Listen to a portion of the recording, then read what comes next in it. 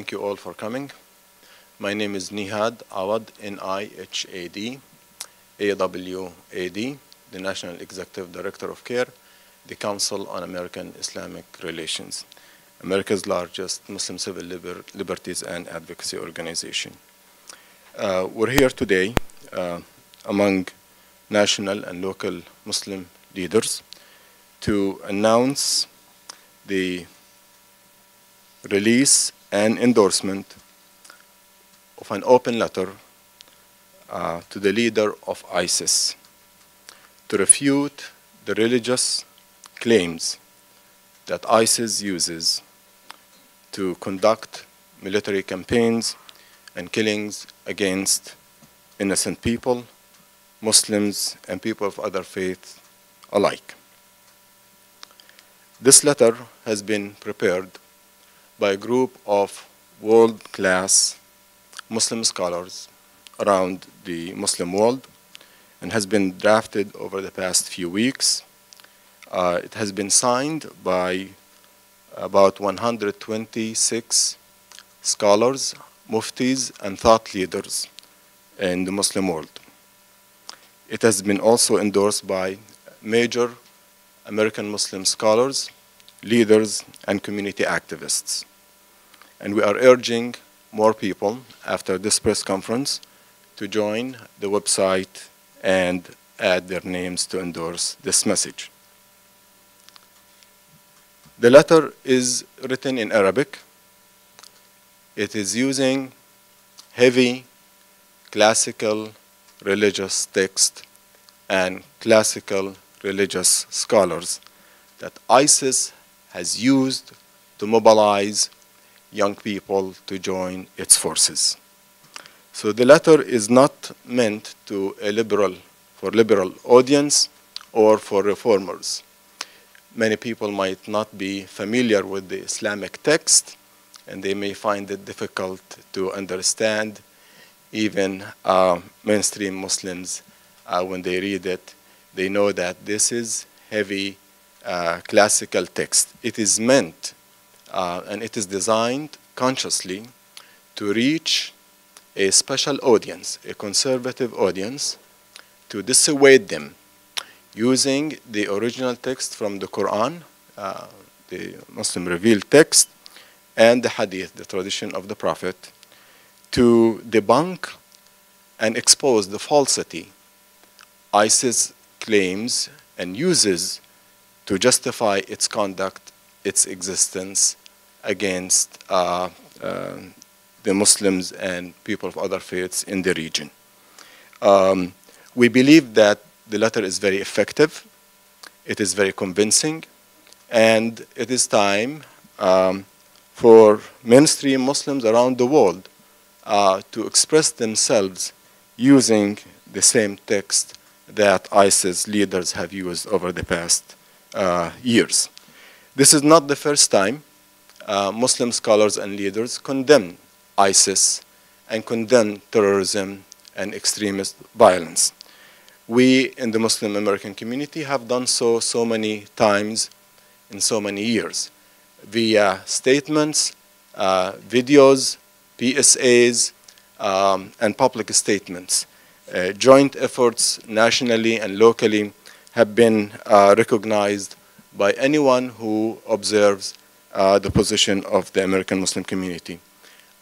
The ideology of ISIS is rejected by American Muslims in the United States, and we feel that the American Muslim community has spoken in a unified way many times to reject the ideology and conduct of ISIS. I wrote an op-ed to the Time magazine a few weeks ago, urging commentators, policymakers, and politicians not to refer to ISIS as the Islamic State. It is not a state, it is not Islamic. It has been deviating from Islam and the rules of engagement even in the battlefield. Not to refer to them as jihadists, because jihad is a legitimate concept in Islam, and ISIS has been violating that tradition of self-defense. In the Quran, as you will see in the letter, it speaks clearly and unequivocally against any kind of aggression. And therefore, if you refer to the fighters of ISIS as jihadists, you're defeating the purpose. You are giving them legitimacy. At the same time, you try to delegitimize them. ISIS leaders have successfully, unfortunately, misused these terminologies and the symbols within Islam to recruit young people, disenfranchised Muslims, many who feel a sense of defeat and who aspire to the revival of the zenith of Islamic civilization and the caliphate. These are false claims that ISIS has been trying to revive using these legitimate symbols, and that's why mainstream Muslims around the world are telling young Muslims around the world that these legitimate titles do not fit and do not belong to ISIS. They belong to the Ummah, the concept of the Muslim community and the Muslim world. And ISIS has been exploiting injustices and legitimate grievances to fill a vacuum of leadership in the region. And finally, military solution is not the only solution to resolve the problem in the region. We need a comprehensive strategy. We need to rebuild societies. We need to focus on education and diplomatic and political solutions. I would like to introduce Dr. Muzammil Siddiqui. He is the head of the Fiqh Council of North America. That's the highest Islamic jurisprudence council in the United States. He is also among the signers of this letter, and he will give us an executive summary both in Arabic and English. So without any further delay, Dr. Muzammil Siddiqui. Good morning or good afternoon. My name is Muzammil Siddiqui, M-U-Z-A-M-M-I-L, last name Siddiqui, S-I-D-D-I-Q-I. I'm the chairman of the Fiqh Council of North America, FIQH. This is the Islamic Jurist Council, the Islamic Law Council in North America. And we have endorsed this letter because this letter is written by prominent, well-recognized Muslim scholars around the world. And the letter is written in Arabic. So Arabic is the original. The English translation has some difficulties to translate the technical terminology of that. But this letter is directed to those who are with this so-called Islamic State, ISIS, and their leadership, and anybody who might be influenced by their rhetoric. So let me read the basics of summary in Arabic language so that people may understand, those who understand Arabic, what is being said here. الرسالة هذه موجهة إلى إبراهيم عواد البدري الملقب بأبو بكر البغدادي وإلى جميع المقاتلين والمنتمين إلى ما سموه الدولة الإسلامية. مختصر تنفيذي: لا يجوز في الإسلام الإفتاء إلا بعد استكمال الشخص المفتي لشروط الاجتهاد المنصوص عليها في كتب الأصول، ولا يجوز الاقتباس من آية في القرآن الكريم لحكم ما دون اعتبار جميع النصوص. لا يجوز الحكم الشرعي في الإسلام دون إتقان اللغة العربية. لا يجوز في الإسلام الاستسهال في الأمور الشرعية بعدم اعتبار العلوم الشرعية. يجوز الاختلاف في الإسلام في غير المعلوم من الدين بالضرورة. لا يجوز في الإسلام عدم اعتبار فقه الواقع. لا يجوز في الإسلام قتل النفس البريئة. لا يجوز في الإسلام قتل الرسل السفراء، وبالتالي لا يجوز قتل الصحفيين. الجهاد في الإسلام دفاعي وهو منوط بسبب شرعي وأسلوب شرعي وغاية شرعية. لا يجوز التكفير في الإسلام إلا لمن صرح بالكفر. لا يجوز الإساءة للنصارى بأي طريقة ما أو لأهل الكتاب. يجب اعتبار اليزيديين من أهل الكتاب. لا يجوز الرق في الإسلام بعد انتهائه بالإجماع. لا يجوز في الإسلام الإكراه على الدين. لا يجوز في الإسلام سلب حقوق النساء. لا يجوز في الإسلام سلب حقوق الأطفال. لا يجوز في الإسلام إقامة الحدود بدون إجراءات تضمن العدالة والرحمة. لا يجوز في الإسلام التعذيب. لا يجوز في الإسلام المثلة. لا يجوز في الإسلام نسبة الأفعال المحرمة والفاحشة إلى الله تعالى. لا يجوز في الإسلام تدمير قبور الأنبياء والصحابة ومقاماتهم. لا يجوز في الإسلام الخروج على الحاكم لأي سبب دون الكفر البواح ما قام الصلاة. لا يجوز في الإسلام إعلان الخلافة بدون إجماع الأمة الإسلامية. الانتماء إلى الأوطان جائز في الإسلام. لا هجرة بالضرورة بعد النبي صلى الله عليه وسلم في الإسلام. So these are 24 points. Point by point, the ideology is being rejected, and there is the English summary is there. It simply says that you cannot give fatwa without fully understanding the text, as it are mentioned in the Quran, throughout the Quran, and the sayings of the Prophet, peace and blessings be upon him. So it is forbidden in Islam to issue legal rulings about anything without mastery of the Arabic language and the text. It is forbidden in Islam to oversimplify the rules, Sharia matters, and ignore established Islamic sciences. It is permissible in Islam to differ on any matter except those fundamentals of religion that are known in Islamic law. It is forbidden in Islam to ignore the reality of contemporary issues, contemporary time when driving legal rulings. It is forbidden in Islam to kill the innocent. It is forbidden in Islam to kill emissaries, ambassadors, and diplomats. Hence, it is forbidden to kill the journalists and aid workers. Jihad in Islam is defensive war only. It is not permissible without the right cause, the right purpose, and without the right rules of conduct. It is forbidden in Islam to declare people non-Muslims unless he or she openly declares this belief. It is forbidden in Islam to harm or mistreat in any way Christians or any people of the scripture. It is obligatory to consider Yazidis as people of the scripture. The reintroduction of slavery is forbidden in Islam.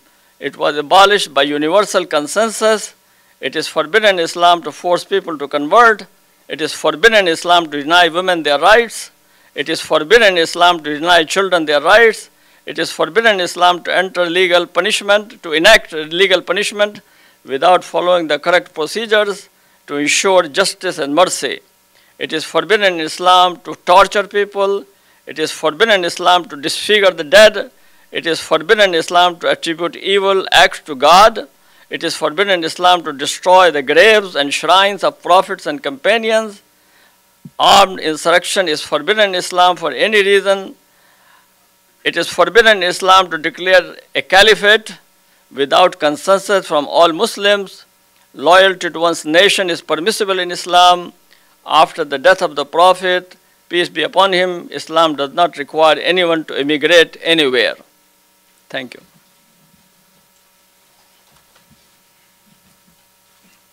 Thank you, Dr. Siddiqui. I would like now to introduce Mr. Osama Jamal, the Secretary General of the U.S. Council of Muslim Organizations, USCMO. Thank you. Yeah, again, my name is Osama Jamal, spelled O-U-S-S-A-M-A, last name is J-A-M-M-A-L. Representing the U.S. Council of Muslim Organizations and umbrella organizations for major national grassroots organizations throughout the United States. We are here to support and endorse the open letter written and issued by top Muslim scholars throughout the world. We believe the letter refutes the claim made by ISIS and the like-minded. It actually goes beyond ISIS, that this so-called Islamic State does not really represent a state or anything that is Islamic. Under Islam, there is justice, there's rules of law, there is common sense.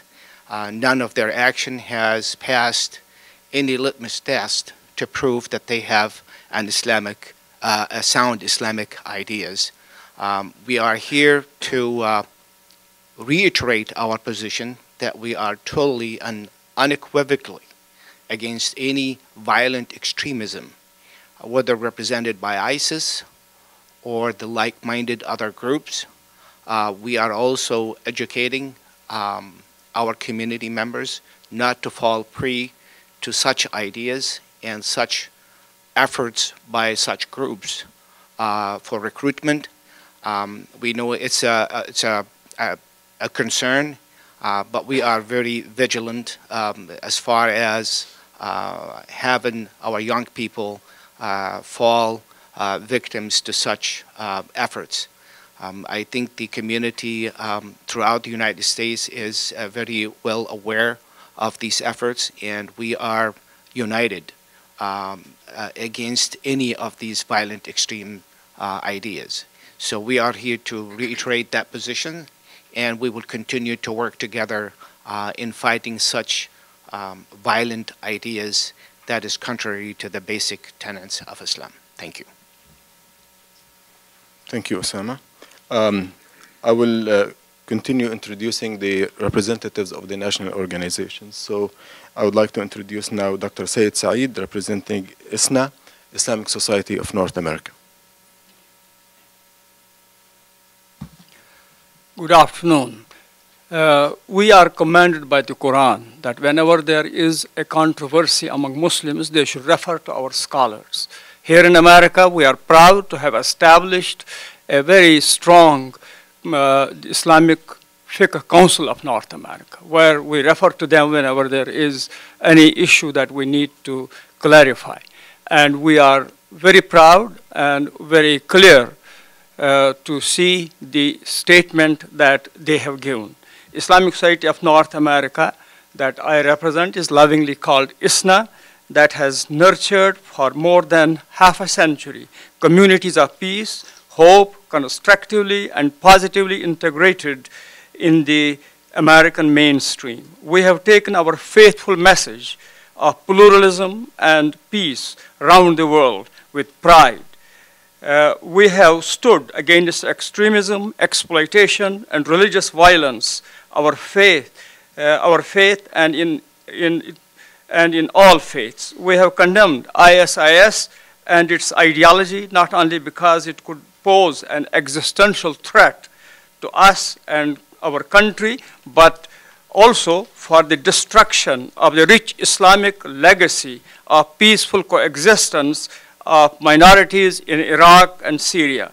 We join our respectable Islamic Fiqh Council and other Islamic organizations in affirming that it has become our religious duty to dislodge ISIS and rebuild a society of peace, justice, and compassion in the Middle East. We believe that Muslim community in America has built a vision, experience, and understanding of Islam and is qualified to promote dialogue, conflict resolution in the region of Middle East. We have achieved this in our country by working shoulder to shoulder with diverse communities, healthily integrating through mutual respect, understanding, and empowerment. So this is our message. Thank you. Thank you, Dr. Saeed. Now I would like just to ask each one of our incoming speakers to give like a short statement of support. First, Mr. Rafi Ahmed, President of the Muslim Association of Virginia. Good afternoon.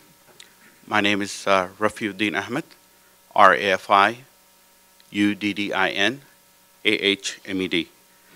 I'm here to support the document by the Fiqh Council of North America. Muslim Americans, along with Muslims all around the world, have denounced the acts of ISIS.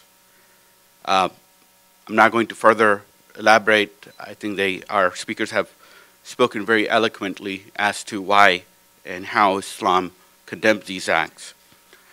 Hopefully, from now on, we can separate the criminal acts from the peaceful religion of Islam. Muslims, peaceful Muslims, Americans, on a daily basis, contribute towards the fabric of this nation, and we will continue to do so in a peaceful manner and for the development of this country. Thank you. Thank you, Rafi. And now with Ahmed Badir from United Voices for America. Hello, Ahmed Badir, A-H-M-E-D. Last name is B-E-D-I-E-R, from United Voices for America. I also step forward to support this statement, this letter, an unprecedented letter from Muslim scholars around the world, muftis. Some of them are current muftis, basically the highest religious authority in many different nations have signed on to this letter. And I'm stepping forward to also endorse it. It's clear to Muslims around the world that what this group is doing is un-Islamic. What is not clear so far is to the media that they're un-Islamic. And for some reason, different personalities, whether they're media individuals or politicians, continue to play into the narrative of ISIS, which I'd like to call them Daesh, a name they despise, their Arabic word, which the French decided to also use. And to the rest, they've set up a narrative that says that they're defending Muslim lands and the Islamic civilization from the West. In order to defeat them, we have to have a better narrative. So it's clear to us, and from the text that's here, that everything they're doing is un-Islamic. Just about every act is forbidden in our faith. So if someone does everything contrary to the faith, how is it the media continues to link them to Islam? Some actually reinforcing their narrative. In order to defeat them, we can't play into their narrative, we can't play into their frames and their media strategies. We have to defeat them with a better narrative. And it has to go beyond rhetoric. So I step forward to also, like others have said, that their acts are un-Islamic. To behead people is un-Islamic. To kill prisoners of war is un-Islamic. To force people to convert is un-Islamic. To claim a caliphate without the consensus of their people is un-Islamic. We stand opposed to them. We would want our leaders and the media to also help in this narrative and stop calling them the Islamic State, because they're not a state and they're not a religion. And like the previous speaker said, it has to go beyond just bombing and air campaigns. There has to be a comprehensive plan to defeat them.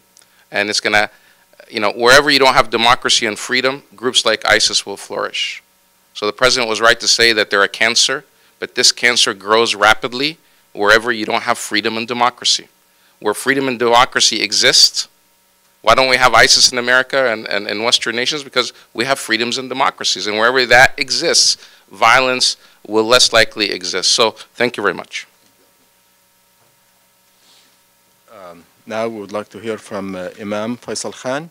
He's the Imam of the Islamic Society of the Washington area. Thank you very much. I'm here to represent the Islamic Society of Washington area and also the General Secretary for the Council of Muslim Organizations in the Washington, D.C. area.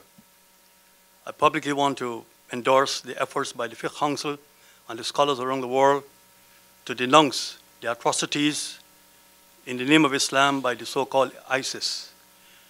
What has been happening in the Muslim world and will continue to happen as a result of ISIS activity, they probably will be the future face of Muslims and Islam in the world. We must stop this, because this will be the image that we will see portrayed by ISIS. And so we must have a comprehensive plan, as outlined.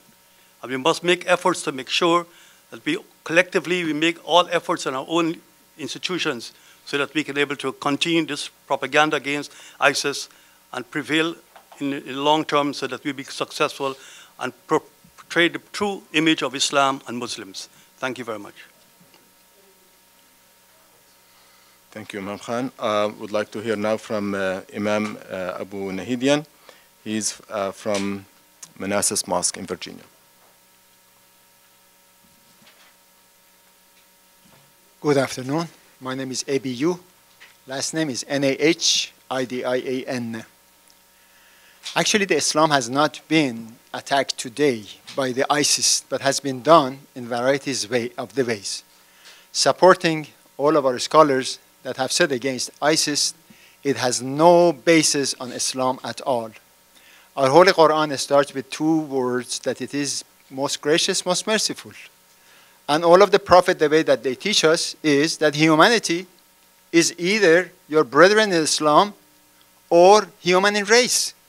In both cases, the Almighty God is giving them whatever that they want. Who are we to deprive it from them? ISIS is nothing but anti-humanity, not only anti-Islamic, anti-humanity existence that it is completely rejected by our scholars and this brother of yours. Thank you. Would like to hear now from Imam Muhammad Ahmad, local Imam in Virginia. Assalamu alaikum wa rahmatullahi. I want to start by mentioning a verse in chapter 2 in the Quran, verse 256, when God said, "La ikraha fi ad-din qad tabayyana ar-rushd min al-ghayy." There is no force of compulsion in religion. قد تبين الرشد من الغي. Indeed, guidance became clear out of the misguidance, very clear. And today, this letter we have, and I hold here in my hand, holds the unanimous of the Muslim scholars around the globe about their stand and the stand of Islam in 1400 years, about where we stand about ISIS. This is the tradition. So we are in a point of history for Muslims and everybody alike. Either we gonna look at our tradition, the Muslim tradition over 1400 years, or we're gonna let ISIS reinterpret the religion in 2014 and they come up with their own new narrative. That's exactly where we are. And this is the job for the media.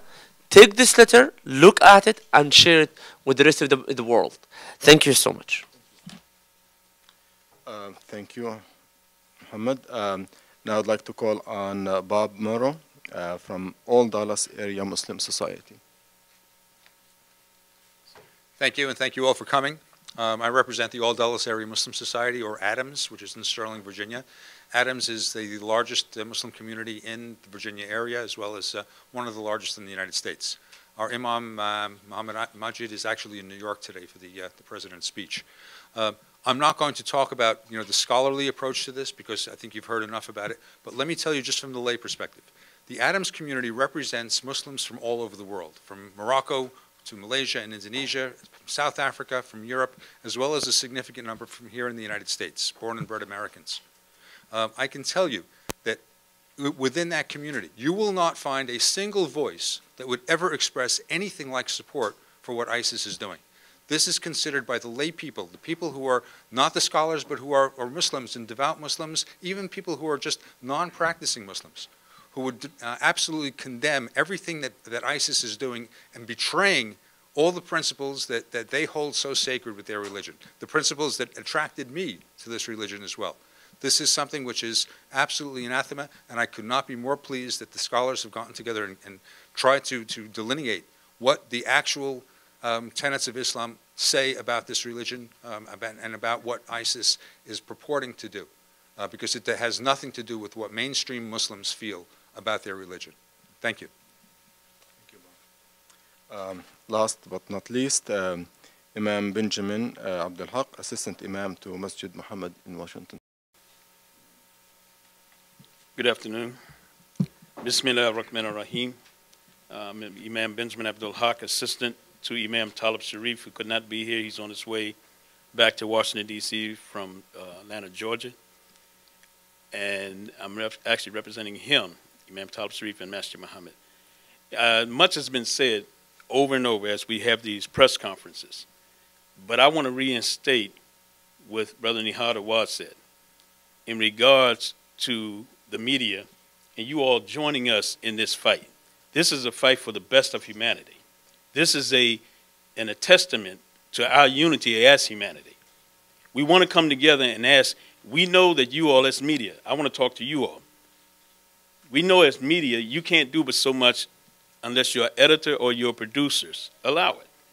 Someone mentioned about the terminology of jihadists. These terminologies that are really positive, the word jihad is a positive for us. It's not a negative. We don't want not just ISIS, but nor do we want the media to redefine what Islam truly is. And I'm speaking as a person who was awakened to Islam. I'm not a convert. I was awakened to Islam. I didn't convert to Islam. I was awakened to the beautiful message of Islam. And I decided, along with my mother also, who accepted Islam before her passing, to accept Islam because of the beauty in it. So we joined all of our brothers and the sisters who couldn't even make it here today, because it's not just about men either. So I know that may come up, where are the sisters or where are the women? They're with us. They may not be here today. But it's a united front that we're all representing here, and we're asking you all to join us in this united front. And join us in this document that we have. I am very pleased, speaking for Master Muhammad, Imam Talib Sharif as the Imam there, we're very pleased to see this document put together, and we're asking you all to talk to the editors, and we'd like to meet with the editors as well as the producers of your television stations to begin to join us in the changing of the language and the proper use of the language. ISIS cannot be an Islamic state when they do not have an Islamic state of mind. Thank you. Thank you all. Now, if you have any question, please come forward. Just mention your name and which media outlet you represent.